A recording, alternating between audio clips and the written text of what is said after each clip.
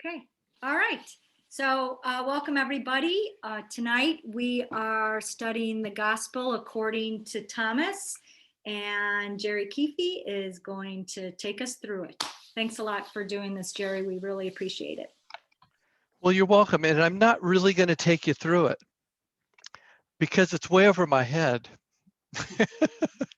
Actually, I'm going to recruit all of you to help me understand it. And you know what, can I just add, because I listened to Of it course. from the Theosophy Wiki. The Gospel according to Thomas is under Gnosticism, and there's a talk by Ron Miller. And he said that the Gospel of Thomas is, because it's a segue into what you said, is really about the practice, and it's really about being your own teacher. So that's what I heard from the talk. So we're all with you. Okay. Well, I have a reading that we've all read before, but to kind of set the tone for what we're going to do for today, that I think you all appreciate. It's from the Great Master's letter. And let me just read it out loud. I was going to have someone else read, but I can't get it on screen very easily. Once unfettered, delivered from their dead weight of dogmatism, interpretations, personal names, anthropomorphic conceptions, and salaried priests, the fundamental doctrines of all religions will be proved identical in their esoteric meaning. Osiris, Krishna, Buddha, Christ will be shown as different means for one and the same royal highway of final bliss, nirvana. Mystical Christianity teaches self-redemption through one's own seventh principle. The liberated Paramatma, called by one Christ, by others Buddha. This is equivalent to regeneration or rebirth in spirit. And it therefore expounds just the same truth as nirvana of Buddhism. All of us have to get rid of our own ego, the illusory apparent self, to recognize our true self in a transcendental divine life. But if we should not be selfish, we must strive to make other people see the truth and recognize the reality of the transcendental self, the Buddha, the Christ, or God of every preacher. So I thought that was a good way to get started. So I found a video that kind of in a quicker, more succinct, and maybe more entertaining way, kind of introduces the Gospel according to Thomas. But I just wanted to offer a couple personal notes. I was raised a Catholic and kind of rejected it, as probably many of you did. And frankly, my thoughts and mind, like many other theosophists, went right to the East and India and the Eastern religious traditions. And I kind of left Christianity in the dust. So it's been wonderful to come back to it in our study this year together. Kind of renewed my confidence that, within Christianity is something wonderful, just like all the other traditions. So I really appreciate that. But one of the reasons that I think Christianity is more difficult for the theosophists to appreciate is because the Bible itself stands as such a centerpiece of the whole tradition. And the history of the Bible and how it came about and the various translations and all the hands it's gone through lead one to believe that it's been tampered with and monkeyed with and adjusted and taken advantage of but over the centuries. It's not just at one time, but over and over again, to service the needs of people seeking power and control over other human beings. It's a very sad story. And when in the 40s, these archaeological discoveries, the Dead Sea Scrolls, the the scrolls that they found at Nag Hammadi, they found original documents, ones that had not gone through the church's interpretations and translations. And this offered, modern scholarship a wonderful opportunity to kind of have it look back over these, original teachings of Jesus in a manner that we didn't have before. So it was particularly in the field of religious studies, this was a turning point in trying to understand ancient Christianity. So for the first time, we got some quote unquote original source material. And as we all know, the Bible means the books. And there was an effort to select certain texts that would go into the Bible, and others were rejected. And the Gospel according to Thomas, presumably, was one of those early rejected texts. So with that, let me see if I can share my screen.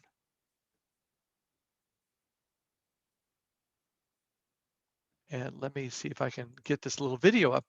And it's only 5 minutes long. I'm going to stop it. It's like a half hour long, but I thought you would enjoy this. And then what we're going to do is actually read from the Gospel according to Thomas and try to together put our heads together to see if we can determine and interpret it in the light of our theosophical teaching. Okay. Can you see my screen all right? Yes. Okay, and I'm going to start it running here. And Michelle, if you could just acknowledge you can hear it. Okay. And then I'll shut up.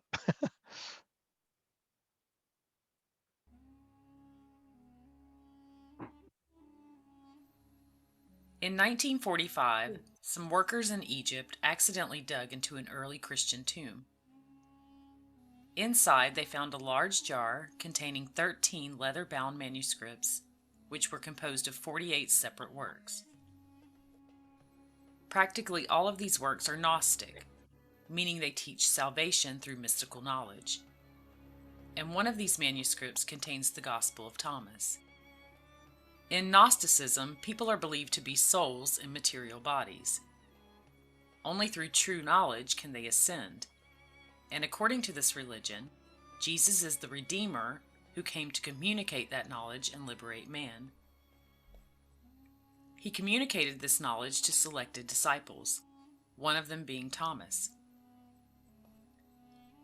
In almost all spiritual paths or traditions that are followed, eventually that which is discovered leads to this same ascension. And if these teachings had been placed in the modern Bible, the message may possibly have been clearer and more focused on the power that is held within each person. The Gospel according to Thomas doesn't tell a story. It's a compilation of approximately 114 sayings attributed to Jesus. The opening words of the document read, "These are the secret words which Jesus, the living one, spoke, and Didymus Judas Thomas wrote down. And he said, Whosoever finds the interpretation of these sayings shall never taste death. Let not him who seeks desist until he finds. When he finds, he will be troubled. When he is troubled, he will marvel, and he will reign over the universe." The sayings themselves are not the secret. The secret lies in their interpretation. When you find the true answers, it will trouble you because it goes against most of what you've been taught. And when the truth of it sets in, it will marvel you. And then you will know your power, that you have supreme reign over your life and everything in it, that you truly can experience heaven on earth. The Gospel of Thomas has been eliminated from the Bible, and there are many explanations as to the reasoning. Some religious leaders express that if you read it and compare it to what you see in the New Testament, it's a very different kind of book, presenting a quite different Jesus. They claim that these particular teachings about Jesus mesh with certain philosophical principles that only grew in popularity. but that they aren't necessary to the work of the Bible.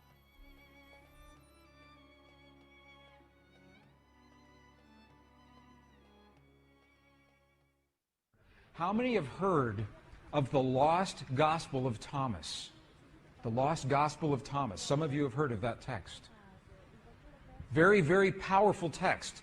The lost Gospel of Thomas is powerful because it is believed to be the actual words of Jesus as he was teaching those around him how to use the power of human emotion in his life. And if the indigenous people know it, and if the ancient people know it, why don't we know it? What happened to our knowledge? Well, this is a very good question. And the answer is this. In our Western tradition, and when I say Western, I'm assuming that we are of the Judeo-Christian tradition, is what I'm talking about here.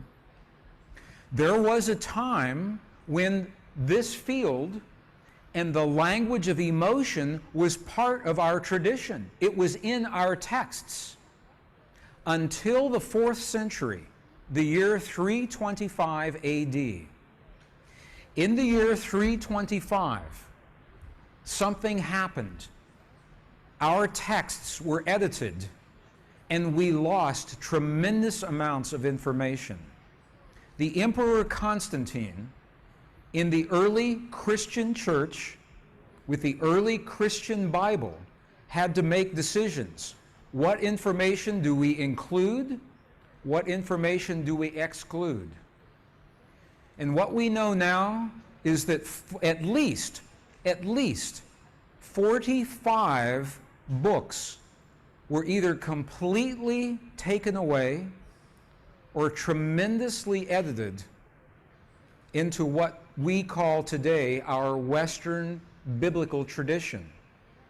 And when those edits were made, we lost the information that tells us everything is connected.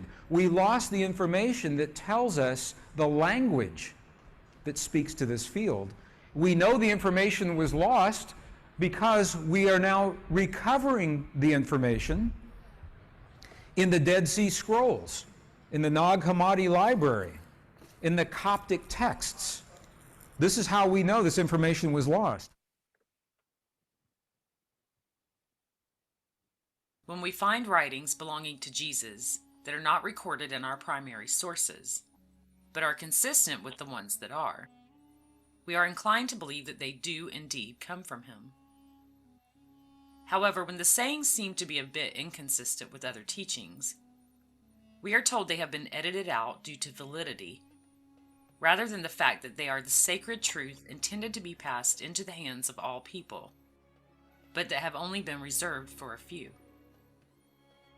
Any spotlight on the belief that each person is filled with the same higher power as Jesus, rather than it being an outside force to be feared, would have changed everything we know about life and our entire history. Because we are each different does not make us separate. We are all a part of the same one consciousness, simply taking different forms. If you wear glasses or Okay, we'll skip that commercial.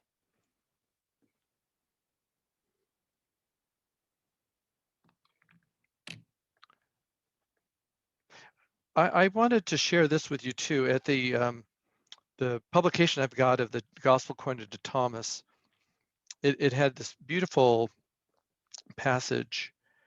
In the ancient world, before the proliferation of print, seekers of wisdom thought it a great privilege to learn a text and sought oral instruction from a teacher in the quest for enlightenment.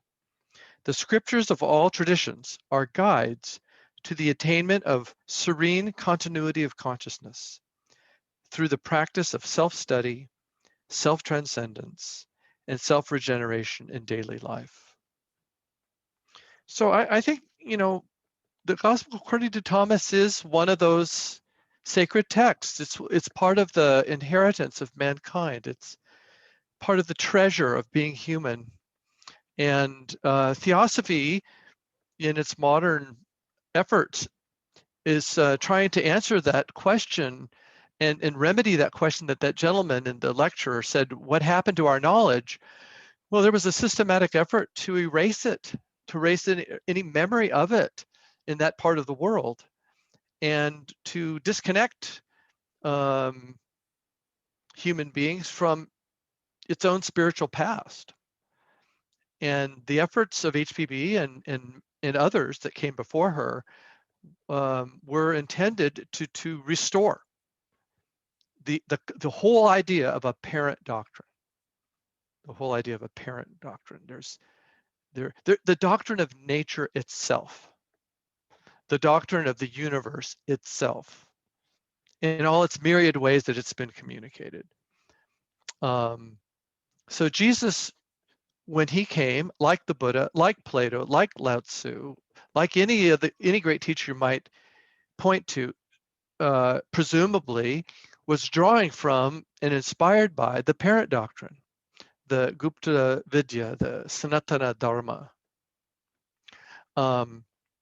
So as the video was saying, the text itself, unlike the Bible, which is full of stories, and if you remember your Bible, say particularly the New Testament, Matthew, Luke, John, and Mark, basically they tell a story about Jesus with every so often Jesus saying something.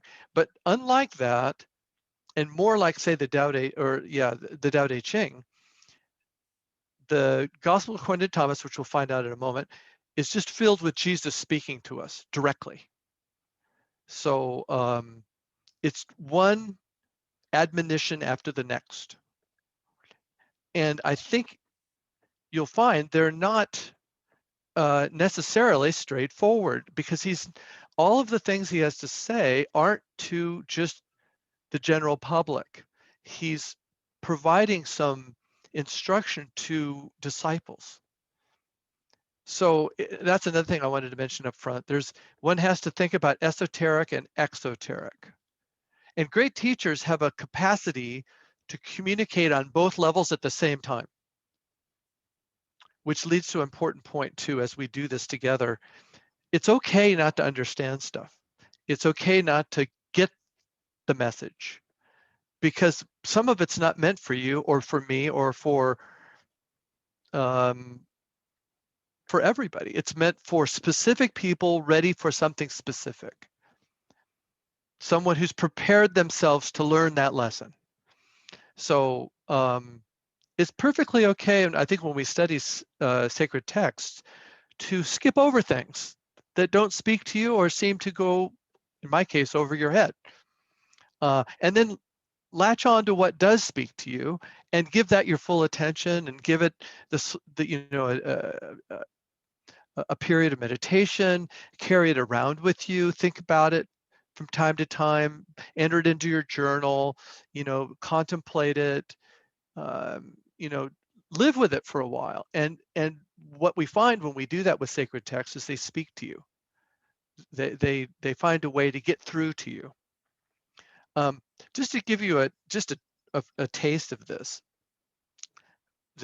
esoteric, exoteric nature of sacred text, particularly the Gospel according to Thomas, just listen to this one page. Gerry, yes, can you make the text bigger?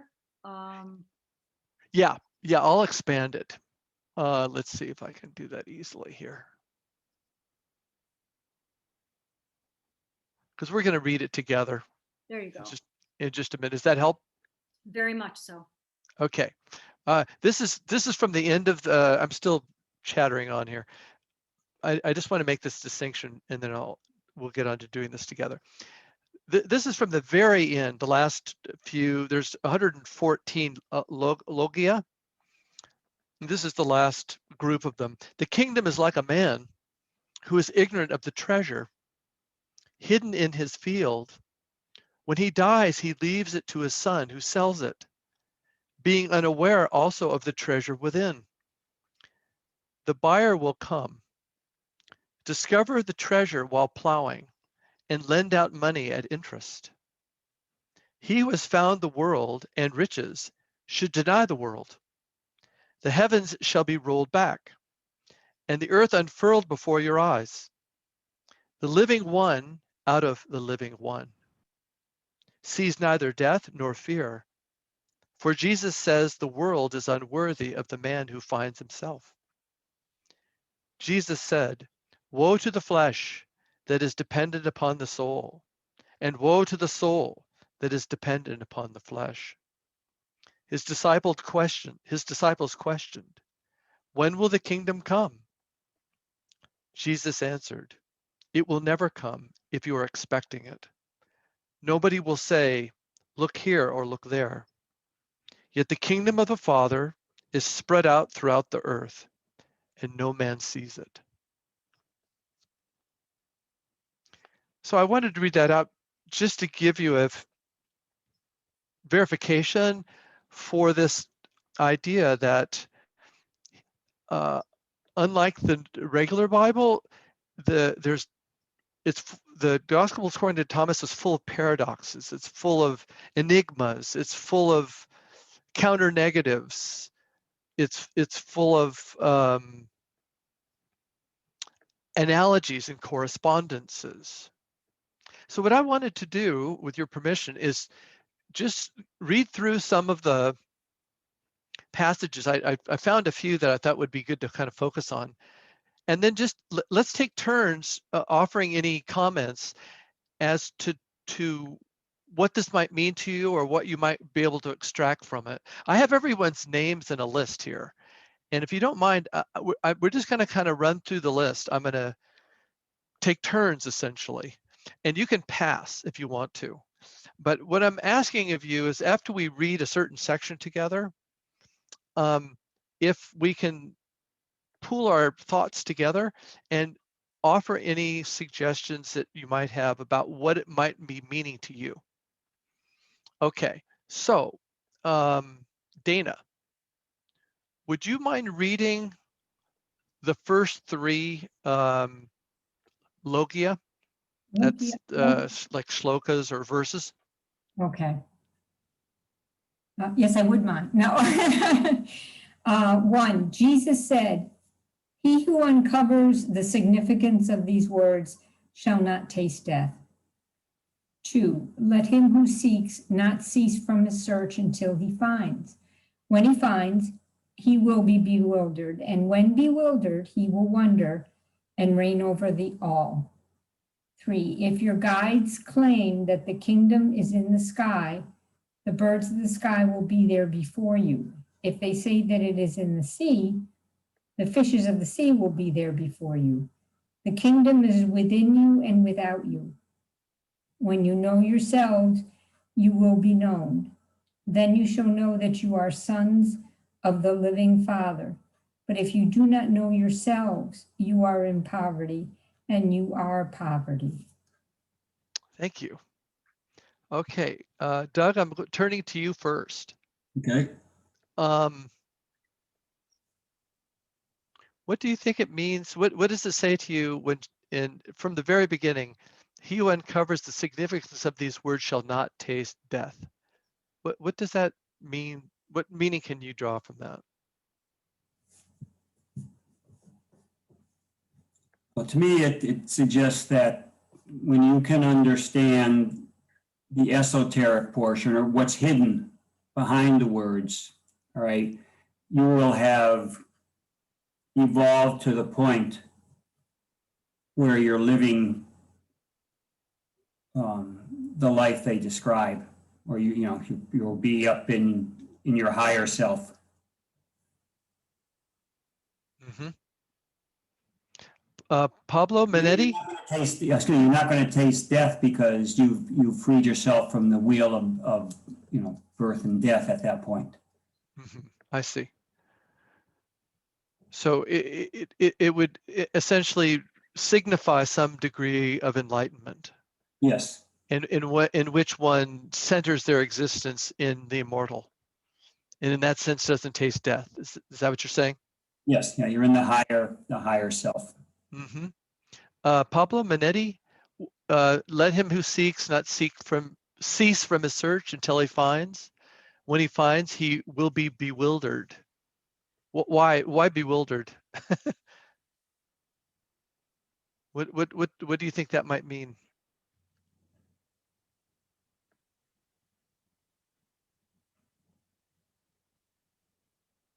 You're going to need to unmute, Pablo. There is a very large history of people who study all his life or her life to search what they say the truth or other meanings.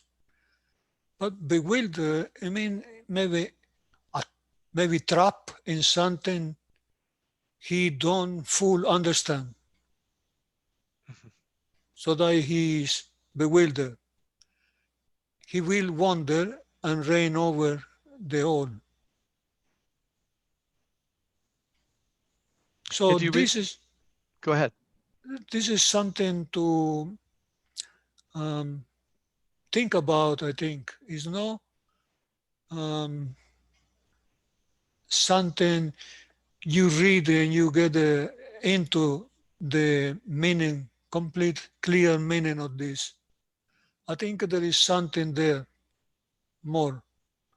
Because when he finds, he will be bewildered. And when bewildered, he will wander and reign over the all. What do you mean he going to be the king?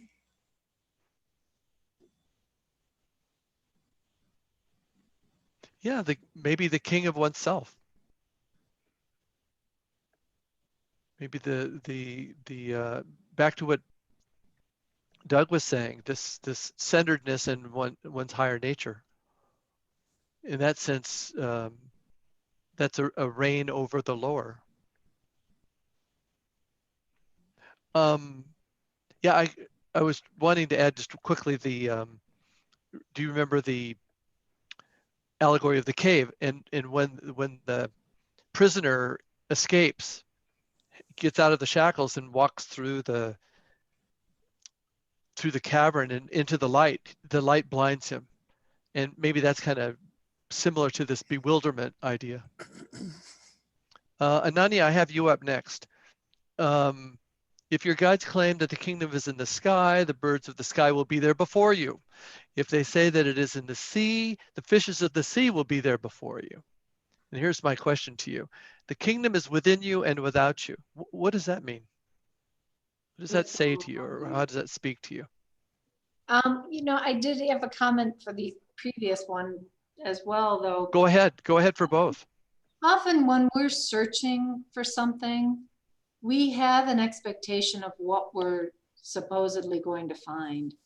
And oftentimes what we're searching for is not at all what we envision that we would find. And it often causes confusion. But if you let that confusion just sort of do whatever it's going to do, there's an understanding in that confusion, and then eventually there's peace. Mm-hmm. So, but you were asking about the kingdom is within you and without you. Because we often hear the expression the kingdom of God is within you. But then in the gospel according to Thomas, he's kind of expanding on that. The kingdom is within you and without you. Yeah, and the without here, I don't, at least this is how I see it. Without you is not that it's without you. I mean, like, I'm going without you to the store. It's that it's within you, but it's also all around you. It's in the birds of the sky. It's in the fishes of the sea. It's all around you. Right. It's the whole. It's the all. The whole, yeah. Mm-hmm. And you're part of that. Right. Which is lovely, because when you know yourself, you will be known. In other words, you know yourself, and then the world, and then the universe or the divine knows you as well. Yeah, we were not taught that in Catholic school, were we? I wasn't brought up Catholic, so. Okay, so we're going to move to another passage, but before we do, would anyone else like to chime in their thoughts about these three verses before we move on to the next one? And Francis, I got you to start the next one. So go. Anybody else? I'd like to say something. Please. The last line, you are, if you do not know yourself, you are in poverty and you are poverty. I think that that's just speaking to, the riches of the world, the material world are nothing. And you can have them, but as long as you don't have any attachment to them, they don't mean very much to you. And then you're not in poverty. You can be the rich person and not be in poverty, but you can also be impoverished by your attachments and your desires and your lack of clarity. So anyway, I just wanted to say that. No, those are incredibly helpful comments. Right on, absolutely. Anyone else? Yes, there's an other translation coming after. But if you do not know yourself, you will live in vain, and you will be vanity. So it's constantly pertaining everything to ourselves. Everything is coming from us, we think. So that's an important. I thought was an important understanding. And of course, in the previous login, when you're in the beginning, the words. The words, whoever interprets these words will no longer taste death, is going deeply, deeply into the understanding and the layers between and beneath each understanding of the words that we're studying, or the words that come out of these logos. So you're going down to very deep, deep layers in yourself. It's all within the self. That's the whole teaching. And going deeply until you discover the depth and the beauty and the relationships that are beneath these words and the connections to all of life. So it has to do, it's just like music. When you do a piece of music, you have to go through various layers, what they mean, what the feeling is, what the composer wanted, what the poet wanted. It's a whole thing. So we have to go very, very deeply into ourselves. I think that's what I felt that was those meanings. So I find it very enlightening. Thank you. Yeah, that's a great point too.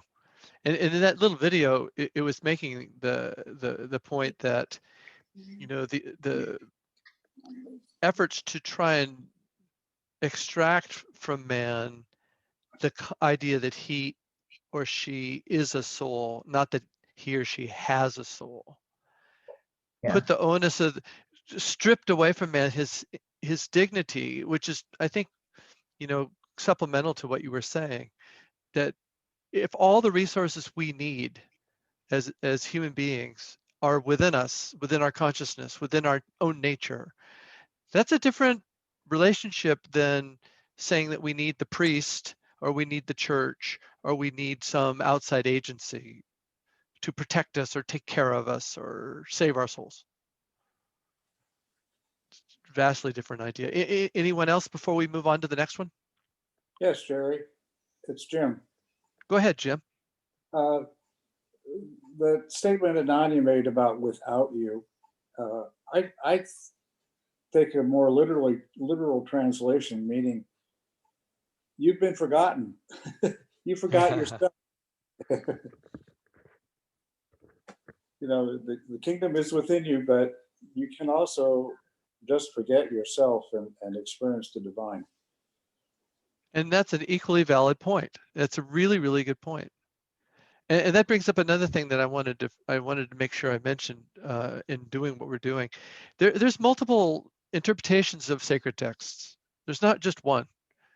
And the important thing is to move forward. And that's the beauty of sacred texts, is they speak to all of us in different ways often. They speak to us from where we're at, So there's in a sense kind of not a wrong answer necessarily.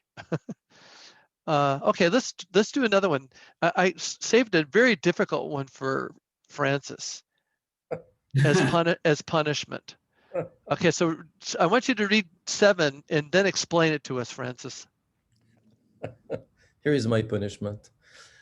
Blessed is the lion eaten by a man so that it becomes a man. Profane is the man eaten by a lion so that he becomes a lion.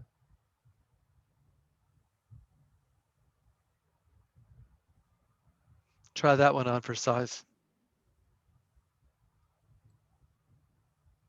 What do you suspect he might be alluding to here? And I was just teasing you, of course. Well, I didn't intentionally try to give you a hard one here. I saw that verse when I read before the meeting, and I was thinking that the lion eaten by a man or the man eaten by a lion means that the mortal frame is dissolved, and the other aspect of the individual or his higher self is all that remains. So that's the only thing I could make out of it, but I'm looking forward to other people's opinions. Mm-hmm. Okay, next in line is Joyce. Could you comment on this one too?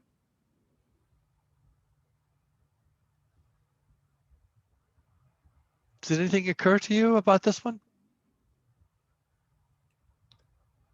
And it's okay to pass. No, Joyce Joyce, is you muted. need to unmute yourself. Got Who are you. you talking to? Yeah, I'm sorry. Well, as the lion eats the human, he ingests the human spirit, the essence of the being of humanness. So he becomes human. But if the human is eaten by a lion, he becomes a lion. He becomes more animalistic. He doesn't have the higher sensibilities that are innate in the human, the divinity that he's born with. So the divinity becomes a lion when the human eats when the lion is eaten by a human, and then reverse happens when the human eats the lion. He becomes more basic, more base. That's my understanding of that. It's the physical and the spiritual. Yeah, absolutely. I probably should tell you guys the order that I'm following here. Susan, you're next, and Pablo Sender is after that. So that was Joyce, right?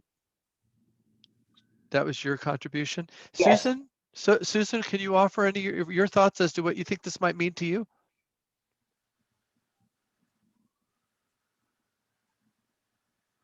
Muted, Susan? Sorry, I was a little distracted by dinner prep here. So let me come back to this. Blessed is the lion eaten by the man so that it becomes a man. Okay, so hold on a second. Take a moment, think about it while now that you're back up. Pablo, I'll jump over to you. What does this mean to you, Pablo? What does it say? Yeah, I was thinking of the lion as being the kamic principle, for example. Mm-hmm. So when we assimilate the kamic principle and maybe digest it, then that kamic principle is like purified or reason in a sense. Blavatsky said once that we needed to purify the kamic reason and keep it only as a source of energy. And the other way around, if the kamic principle eats us, then we become that animal nature. Yeah, that's excellent. So Pablo's employing, analogy here, seeing that this is symbolical of the animal man and the spiritual man and the tension between the two. That's excellent. Susan, let's come back to you. How about you? Well, I don't think I can add much to that. I think that's probably pretty much what it says. The only thing I might think to add is that the lion is like the king of the jungle, like the top of the food chain. Uh-huh. Over us, but still in the not individualized as we are. So I think it says even more to the same effect that Pablo already said, that, you know, it's, somebody asked me once, would you rather be the tail of a lion or the head of a mouse? I like that. And, you know, even as great as the lion is, man can be greater or man can be lesser. So I'm not really contributing anything new. I think. No, you are actually something very important, because I think by saying that the lion is the, you know, the king of the jungle, it does indicate something extremely important that adds to what Pablo was saying. The comic nature is difficult to overcome. It is extremely difficult to overcome, right? That's what we've been taught. So by using the metaphor of a lion to represent the animal man, or to its comic nature, is to signify how challenging the enterprise is. So I think, you know, you're pointing that out is extremely important. I still think the lion has, you know, such a regal nature, and that kind of animal never kills for sport, and you know, doesn't have to be bothered by anybody. So he's got a, yeah, for man to be greater than the lion is to understand the self, for sure. Mm-hmm. I wouldn't mind. Go ahead. Someone else wanted, I was gonna open it up to everybody, and then we'll move on to a new one. Any further comments about the lion and the man? Okay, let's move on to the next. I'm sorry, I was out of the room when Pablo made his comments, so this may be the same thing Pablo talked about, but it, you know, the lion to me, you know, seems like the lower personality, with the man trying to make conquest over it, and if he does, then he becomes a man, or the higher man. Right. But if it goes the other way, where the man, the higher self, is conquested over by the lion, the lower personality, then he just stays as a lower personality. And Pablo may have said that, I was out of the room, so I missed what Pablo said, but you know, it bears repeating. It's fine. Yeah. Okay. Yeah. Thank you. Hey, maybe you could think about states of consciousness. You know, what is the predominant vibration within the consciousness of the human being? Is it more animal-like, or is it more angel-like? You know, one has to predominate. They can't both be equal. I was going to move on to a new one, unless anyone else wants to comment on this. Okay. Michelle, you're up. So we're going to go to number 9. So Michelle, would you read number 9 and then offer any thoughts of your own about it? Jesus said, a sower came forth, filled his hands, and cast. A few seeds fell upon the road, where birds came down and devoured them. Others fell among thorns, where they choked or were eaten by worms. Still others fell upon good ground, where they could bring forth good fruit. Now you probably recognize some of this. In fact, in the Gospel according to Thomas, you'll see many different logoi that are reminiscent of actual Bible quotations, but presented with, you know, in like the within without thing we just heard about it earlier. That's a good example of that. But all throughout it, and this is the sower, the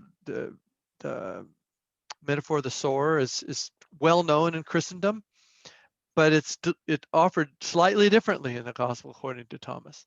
So anyhow, Michelle, what comes to mind when you read this? I'm going to pass if I can. Sure. Catherine, how about you?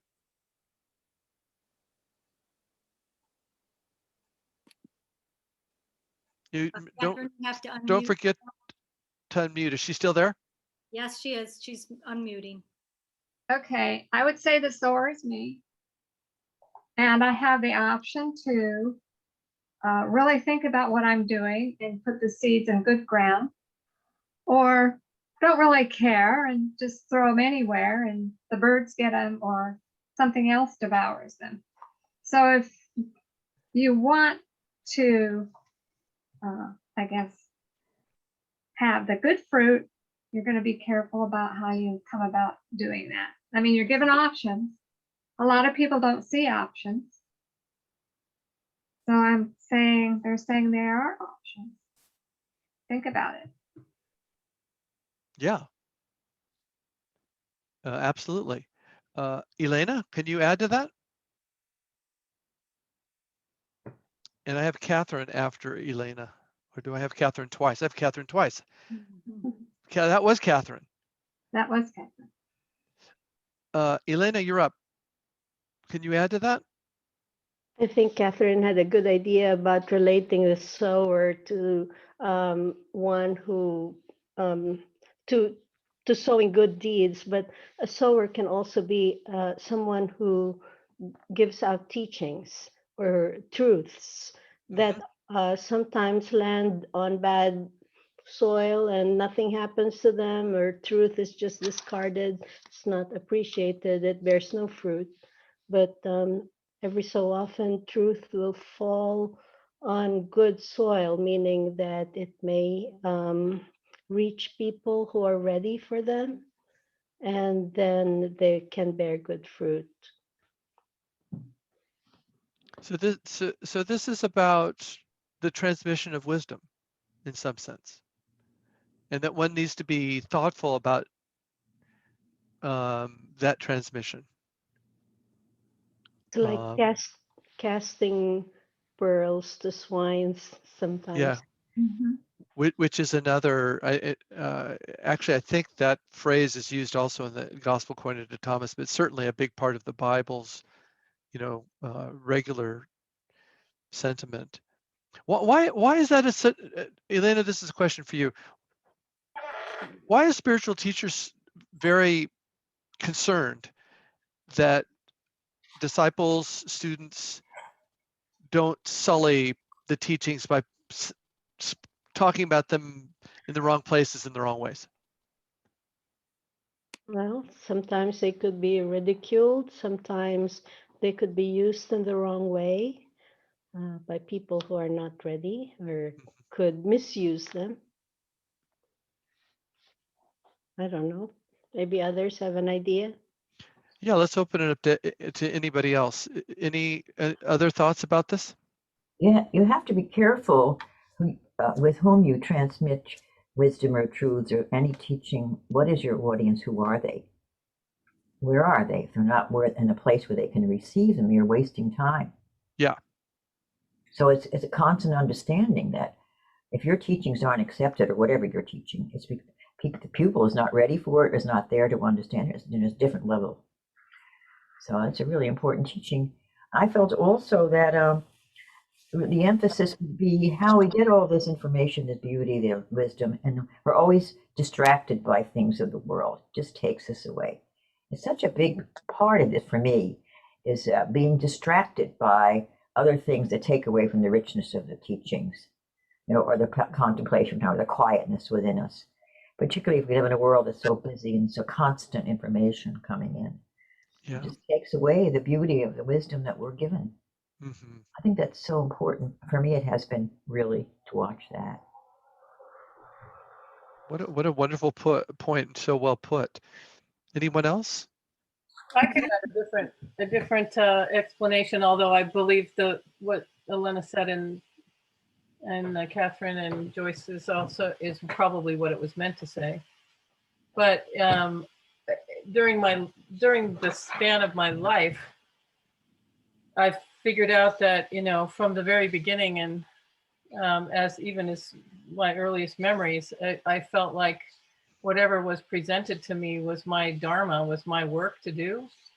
And as I get older and my chi wanes, and I have to be far more discriminative, I can't simply muster what it would take to soothe wipe every tear and soothe every ache and pain. I have to spend a little bit more time carefully deciding where to put my energy.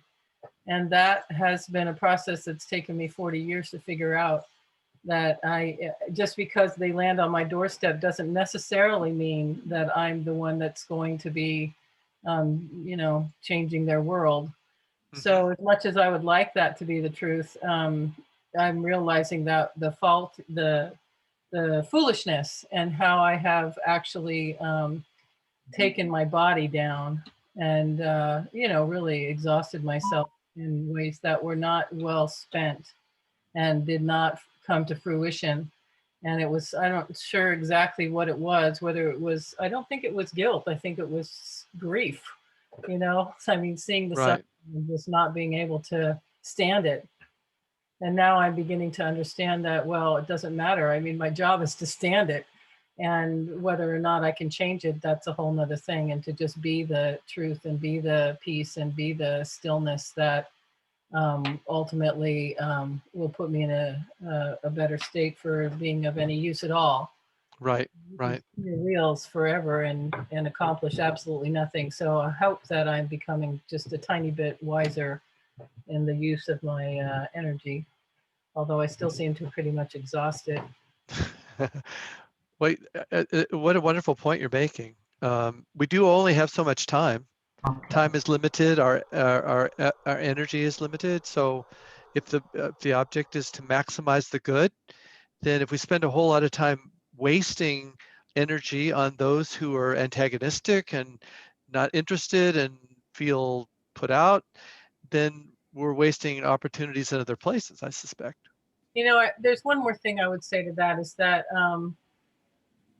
I think I'm mellowing too about just appreciating all the good that everybody has, and that, wherever they are, they have great goodness, and to really love that about each person, and not spend so much time worrying about, their salvation or their the level of their state of consciousness or anything like that. Have fun with everybody wherever they are. Right. Good point. Well, we have time maybe for just a little bit more here. Let's jump to Dana and 14. Go ahead. Rosanna, you haven't picked on her yet. Did I miss? I might have failed to write her name down. That's okay. Yes. Okay. Can you is Rosanna? Rosanna. Rosanna. My Yeah. apologies. Could you read 14? Could you read 14 for me, or if you want to comment any of the other ones, that's fine too. I'll be happy to read for you. Jesus said, "If you fast, you will create sins for yourself. If you pray, you will be condemned. If you give alms, you will injure yourselves. If you go into a land and wander throughout its area and are offered hospitality, eat what is set before you. Heal the sick among them. It is not what goes into your mouth that defiles you, but what comes out of your mouth that defiles you." This is a tough one, isn't it? Well, it's certainly one to give thought to, like you would want to do before you speak, or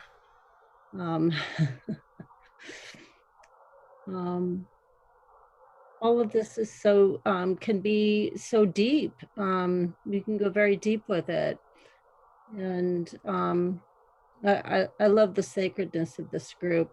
But I'm going to go ahead and pass and listen. Thank you. Let me, if you don't mind, since I kind of skipped over you, and I apologize for that. No problem, Gerry. The very last two lines really stuck out to me. And maybe you could comment on that, because I bet you do have an idea about it. What goes into your mouth, it is not what goes into your mouth that defiles you, but what comes out of your mouth that defiles you. What's Jesus telling us there, do you think? I think we're talking about discernment. These are teachings of discernment, basically. Each of these numbered lessons speaks to the idea of gaining discernment in the spiritual realm. Yeah. It might also be speaking about the power of speech. Yeah. True. Just the sacredness of speech, the sacredness of vibration, and how we might be all head up and worried about what our diet is, and we're trying to maintain some sense of holiness while misunderstanding that what's much more powerful and essential is the tone of our voices, the motivations of our words, that sort of thing. Absolutely. Speaking from the heart. Would anyone else like to comment on this passage? It's pretty clear. What comes out of your mouth can kill, depending upon what you're speaking about or to whom about. And what comes into your mouth when you're trying to be so pious, whether dieting or some liturgical thing you're doing with you fasting, and you feel so proud of that, or whatever, it's much more damaging. And it ends with, eat what's set before you, accept what's before you with love, and then be kind and heal those who are needing healing. Also, it means that, I saw, and I love that last phrase too. That really stuck out, the last two sentences. But, if what goes into your mouth, it's not what goes into your mouth that defiles you. In other words, you can accept or take in anything. You're not judged on that. Open your mind, be open to all things.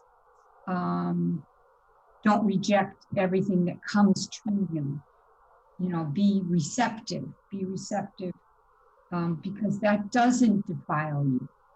It actually, it might even make you greater and wiser. But when you turn around and what comes out of your mouth can defile you, that's when, if you're talking or thinking from a very constricted view, or you're judgmental, or you're kind of thinking from a lower, you don't have that wisdom. You don't, and it, it's negative, and it hurts others, and it hurts you, and it keeps you on a lower level. Yeah, that's a good point. So I think we're just about out of time, Michelle. Should we allow anybody to make any final comments about, I don't know how many of you had a chance to look through some of the other verses, but just from your exposure to it so far, would anyone like to offer any last thoughts about the Gospel according to Thomas? I had a question. Do these sayings go in a particular order? I know they're numbered, but are they connected to each other? That's a really good question, and I think the answer is yes and no, because I read them all for just all over again. I've gone through them a few times in the past, and just from today's reading, most of them are kind of stand on their own. Okay. Each one of the verses stand on their own, and then if there's a few where they're concatenated, where there's an idea that's being elaborated a little bit, but most of the time it's like someone had taken notes. So someone had recollected, really important things that the teacher had said to him or her, and put them in a journal or recorded them, and then collected them all together to pass on to another generation. That's the impression I get. But what anyone else want to add to that? No, but I wanted to ask you, Gerry, the locus 13, I thought that was very strange, especially what did that mean to you? What Dana, can you read it, please? Well, it's a long one. Yeah, it's very long. We may not have time for it, Dana, for right now, but what I can say, just to, since you asked me directly, that's why I made the point early in the hour that, to me, there's a bit of a Tao Te Ching feeling to the Gospel according to Thomas, because it's enigmatic. And Lao Tzu like I think the Gospel according to Thomas, is trying to throw us out of our conventional way of thinking, trying to push us out of our habitual way of looking at things and force us to look at things anew. So often shocking, startling statements, like near the end, it talks about if you love your mother and your father, you can't really be on the path. Well, what in the heck does that mean? You know? And then he contradicts it right away by saying, if you don't love your mother and your father, you can't be on the path. So obviously, Lao Tzu, Jesus too, I presume, is wanting to elevate our level of consciousness, sometimes through shocking us and startling us out of our conventional way of looking at things. Jerry, Yes. it seems that some of the passages as shown are not easy to understand or interpret. And I'm thinking, it might be also a problem of the translation. For example, that last one, I was wondering about all that fasting and praying, and, it was confusing. But here's another take on it. It says, his disciples asked him and said to him, "Do you want us to fast? How should we pray? How should we give to charity? What diet should we observe?" And Jesus said, "Don't lie. Don't do what you hate, because all things are disclosed before heaven. After all, there is nothing hidden that will not be revealed, and there is nothing covered up that will remain undisclosed." So this passage here, written this way, is easier for my brain to understand rather than the way it was earlier put. So maybe if it's difficult, we might want to look for another translation, just like the Tao Te Ching. Some translations seem to be easier than others. And that's true too. That's absolutely true as well. And to me, that passage had to do with motive. Why are you praying? Is it to seem pious amongst your friends and fellow monks? Why are you fasting? To make a show of your spirituality? That sort of thing. If the motive is to put oneself in a position to be of greater service, that's a different motivation. Yeah. Okay, Michelle, I'll turn it back to you. Yeah, any last comments or takeaways? I had a question. Go ahead, Jim. Is this St. Thomas the same St. Thomas who went to India and founded Christianity in India? Yes. Okay. Yes. Yeah, he's supposed to be. Lao Tzu lived in the town that where Thomas came, and the church that you went to, and then his tomb or relics are supposed to be there. It's Madras, I think, India. I'm sure. Thank you. Anyone else? Any last questions or comments? Thank you, Jerry. This was interesting. Yeah. Yes, very much so. Thank you, Jerry. Thank you, Jerry. Great, Jerry. Thank you for finding it. Thank you. Thank you, Jerry. Okay, so next week we have Father Jude from St. Barbara's in Santa Paula. He's going to speak to us on the Philokalia. So yes, same bat channel, same bat station, same bat time. So we'll see you all then. And peace be with you. Thank you. Thank you, Michelle. Thank you. Good night. And Thank you. Good night. Thanks, Jerry.